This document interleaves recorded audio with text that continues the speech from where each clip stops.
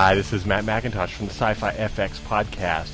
I was at Wizard World this weekend, as you all know, and I was lucky enough to run into the very nice Ernest Cline of Ready Player One and Fanboys. And man, he was a nice guy. He took some time to talk with us and tell us a little bit about some other projects he's got going on, and if there will be a part 2 to Ready Player One. If you haven't read it already, I highly suggest that you do. And here's the interview with him. Hi, this is Matt here with the Sci-Fi FX podcast, and as you can see, I have Ernie from Ready Player One. Ran into him here at the convention here in Austin. Say hello. Hey guys.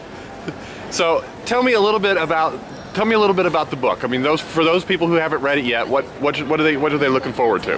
Because obviously anyone who's seeing this knows that it's my favorite book. My reviews on the website, your author is just, you did absolutely fabulous with it. Not only with that, but Fan Days also. Or Fanboys, I'm sorry. Right on. Thanks, man. Well, yeah, it's called Ready Player One, and it's a science fiction novel set about 35 years in the future. And it's about an eccentric video game designer, multi-billionaire, who dies in the opening pages of the book.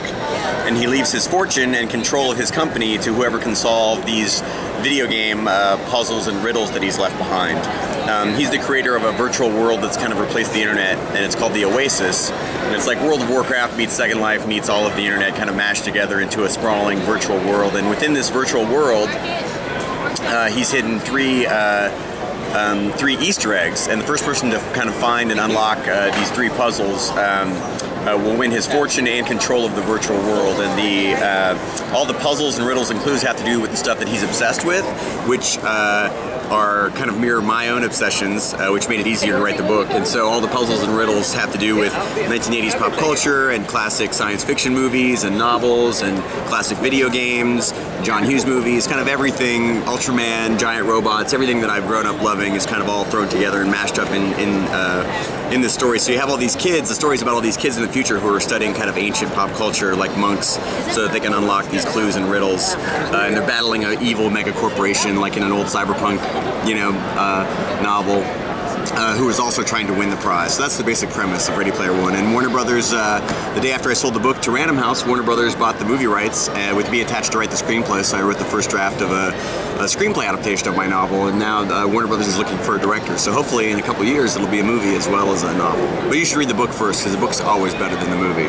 And the book was just awesome. So you do have a movie coming out then. That was going to be my next question, but you actually gave me the still punch. Early development stages. I wrote the script, and the script they're using to find a director. But until we have a director, you know, things move very slowly in Hollywood. I joke that if it takes less time than John Carter of Mars to get made into a movie, which I think was about 100 years from the time the book was published, then I will be pleasantly surprised. But even like some of my favorite novels, like science fiction classics like Ender's Game, they just finished making that into a movie, and that came out 30 years ago. So it can take a long time, but also it can go really fast. It just depends on the kind of luck that you have in Hollywood. So I try to remain cautiously optimistic and keep my fingers crossed about the movie. Now, the question that I know me and Troy, one of my co-hosts, is going to have, is there going to be a second part to the movie, or to the book? To the story?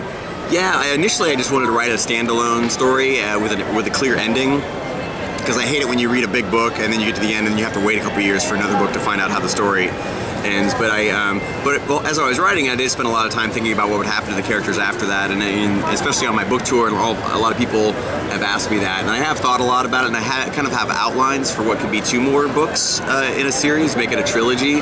But I'm working on a completely different science fiction novel right now, my second novel that's not related to Ready Player One, and a TV project, and also a movie project. So I have other stuff on my plate right now, but after that, eventually someday I'm gonna write more in the Ready Player One universe, just because I love the Oasis, because it mashes up all of pop culture, and since it's in a virtual world, you can have anything happen. You can have giant, crazy robot battles with Voltron versus Mechagodzilla versus, you know, everybody.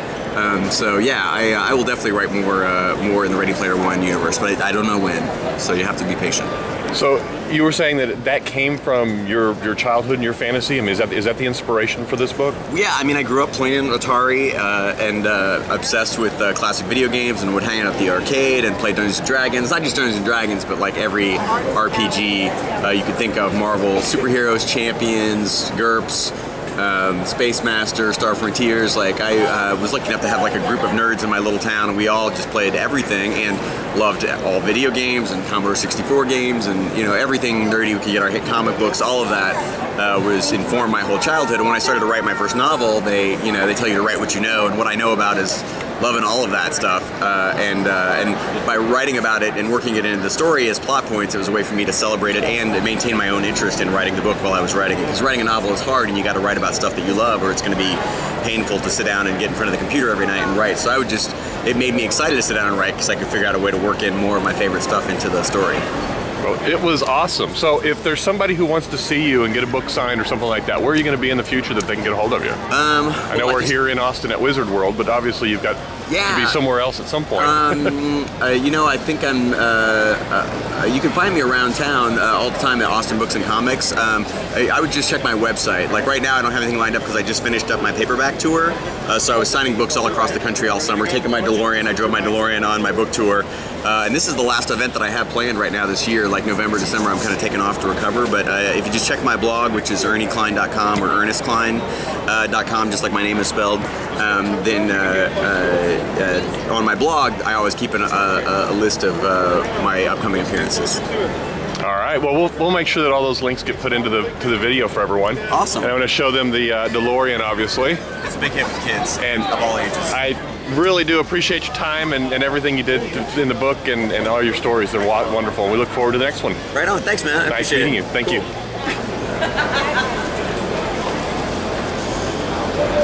Awesome. You look pretty cool, man. I won't lie to you. Let me get the hoverboard. The hoverboard looks great because of the clear stand that I have for it. It looks like it's actually hovering. Awesome. Right on, dude. Now I'm gonna film you getting out. It's hard to get out of a DeLorean. Give it a shot. Oh, that's pretty bad. Not good.